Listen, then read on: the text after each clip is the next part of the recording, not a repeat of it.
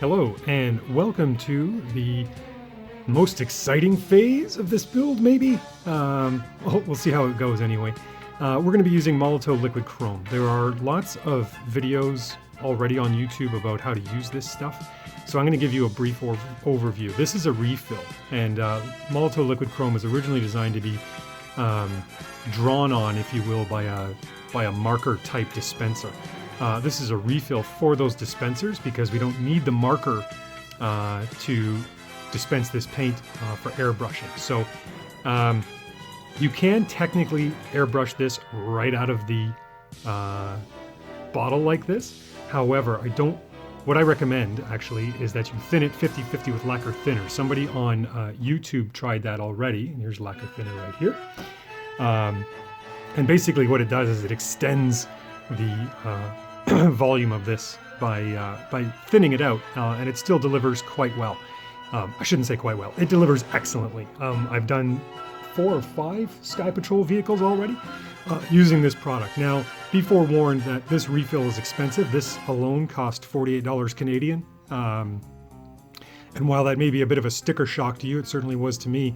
With one of these, if you get used to how the product works, I did maybe 5 or 6 vehicles with it, like I said, all of one of these. And if I didn't make any mistakes, because some of them I had to redo because I was learning how the product worked, I probably could have extended that to 8 to 10 vehicles. So use that as a ballpark for what you can get out of this. And if you think about it, taking the same 8 to 10 vehicles to a company that does vac metallizing would cost you probably maybe $100 a pop. So this is definitely worth it. The good news is that thinning it with lacquer thinners is a 50-50 mix. And it really extends the use of the product. The trick is, in a nutshell, that this paint has to be put on rather heavily. So we've been talking about doing light spraying coats. This actually almost needs to pool for the mirror effect to come into play. And you have to move quickly, because what I've noticed and what other people have noticed is that if you go over a previously dried area, it actually kind of mars the finish a bit. So this is going to happen relatively quickly. That's not to say you have to rip through it rather quickly, or super fast, I should say, but you do have to move quickly. And I'll demonstrate that on this hull. So I've never done something with this many greeblies on it before. The other vehicles I did were a Vamp Jeep, an X30 Conquest, the Polar Battle Bear, and a Wolf, a Cobra Wolf. But never something like this with all of these tank-like greeblies on them. So this is going to be another experimentation, which I'm going to do live with you. And it's been a while since I've used this, so I'll have to find the rhythm again of using it. But I have my lacquer thinner, as I showed you. I've got my dollar store mixing cup and the Molotow chrome itself. This, when you stir it, I'm using a toothpick or a cocktail stick in this case. I don't want to use one of my brushes in some thinner yet, just because of the smell. This stuff is going to smell, interestingly enough, all on its own, or interesting enough on its own. So in this case, what I'm doing is I am getting this set up for the airbrush by thinning it 50-50, and then I'll throw my mask on and we'll carry on as per any other painting session. I've already given this a shake and woken it up, like you should with any product. But remember, this is not acrylic based, so you need to be mindful of that. So no water involved here. So I'm just going to squeeze some out here to show you what it's like. And you can see it looks like the T-1000 from the Terminator 2 there. You can already see it's reflecting my thumb in there. This stuff is quite fantastic. I'm going to put a little bit more in there. And the thing with this is, given the nature of it, you got to find the balance of how much is too much to get ready for airbrushing, because once you start, you don't want to stop per se, but you don't want to waste the product either. You can't necessarily get it back into the bottle. And given the expense of it, well, that's a call you'll have to make. I'd rather reload a few times and even have to go over some work rather than not have enough and need to keep going. So, or having too much and then no projects to do. So sometimes when I first started using this stuff, I would have 1 or 2 projects aside from the current one I was working on that I wanted to turn into Sky Patrol. So all my Sky Patrol vehicles got done relatively close together, just in case there was a lot of leftover paint, so I wasn't wasting it. So it's a bit of a balancing act, but I promise you that this product is definitely well worth it. And what it does is it opens up the whole line of Sky Patrol vehicles to do very accurately. There are other products. If you're still going to be a spray can kind of customizer, that's totally cool. There's a product called Duplicolor Chrome, and we'll talk about that later. And if this is your first video with me, welcome to the channel. For all my subscribers, thank you very much. So without further ado, let's get on down to business here. So, although it's Talking Hands Customs, my hands are going to be busy, so I'll just keep you apprised of what I'm doing the most. So I've already got the liquid chrome in there, just a little bit of it. I've got the hull of my Mobat here. I've left my Kleenex in there just because I don't want any paint getting in there, but we've got good control with this stuff, so it's not such a huge concern. My airbrush should be nice and clean. The thing that really screws with Molotow chrome is having a dirty airbrush. So basically what happens is you'll get microscopic bits of whatever paint you used in there last, and it will mar the finish, or it will certainly present itself as an obstacle. And that's not so much fun. So I'm going to get my mask on here.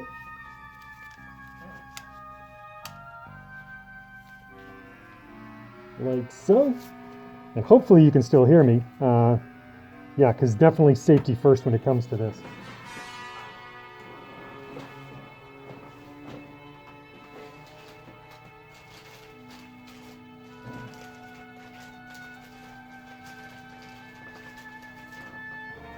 Now what I'm going to do is I'm going to use a pipette here, it's almost like a little mini turkey baster, to apply my thinners. You'll see sometimes I've shot from the hip when I'm doing this stuff. Here, I'll take my mask off. I've shot from the hip when doing this, but in this case I want to be fairly accurate. So I've just filled up my pipette and I'm going to add it to the Molotow.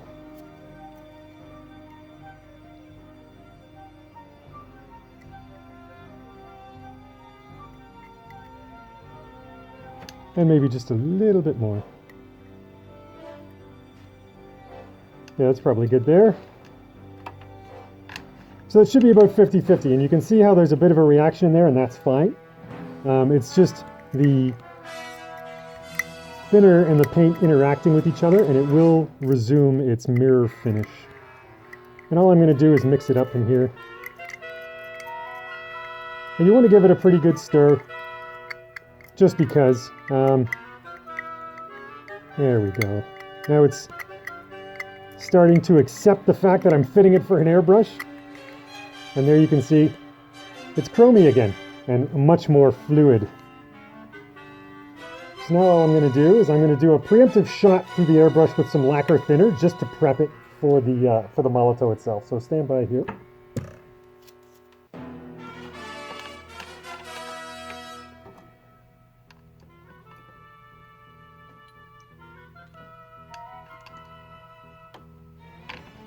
And we'll turn everything on.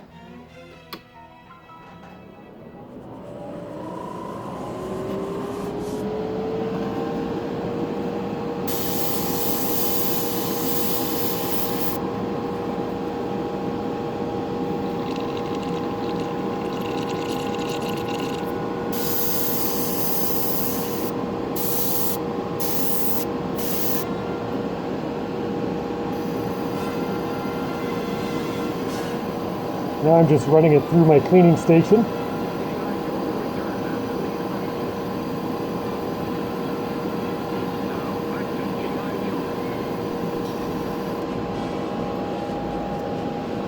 And now we're going to begin, so keep in mind this is going to happen relatively quickly here.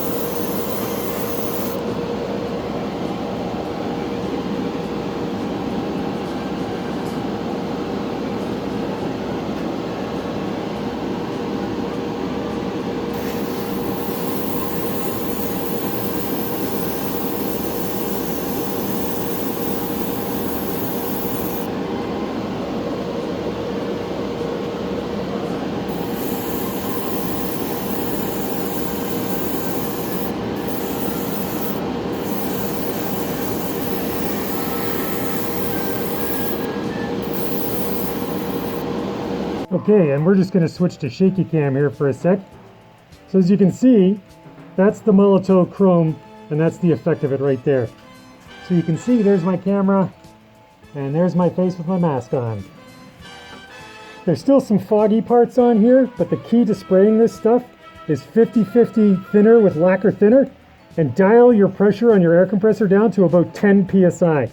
I know that doesn't sound like a lot, but it keeps the pressure low from drying off the edges of your spray pattern. And what that does is it keeps it wet and allows it to pool enough so you get a concentrated mirror shape just like that. If you have the pressure too high, you're going to get foggy stripes on it like I had some earlier. I had to remember exactly what the magic combination was. So it's 50-50 thinner and it's 10 psi. And as you can see right there, there's our chrome finish for our Sky Patrol Mobat.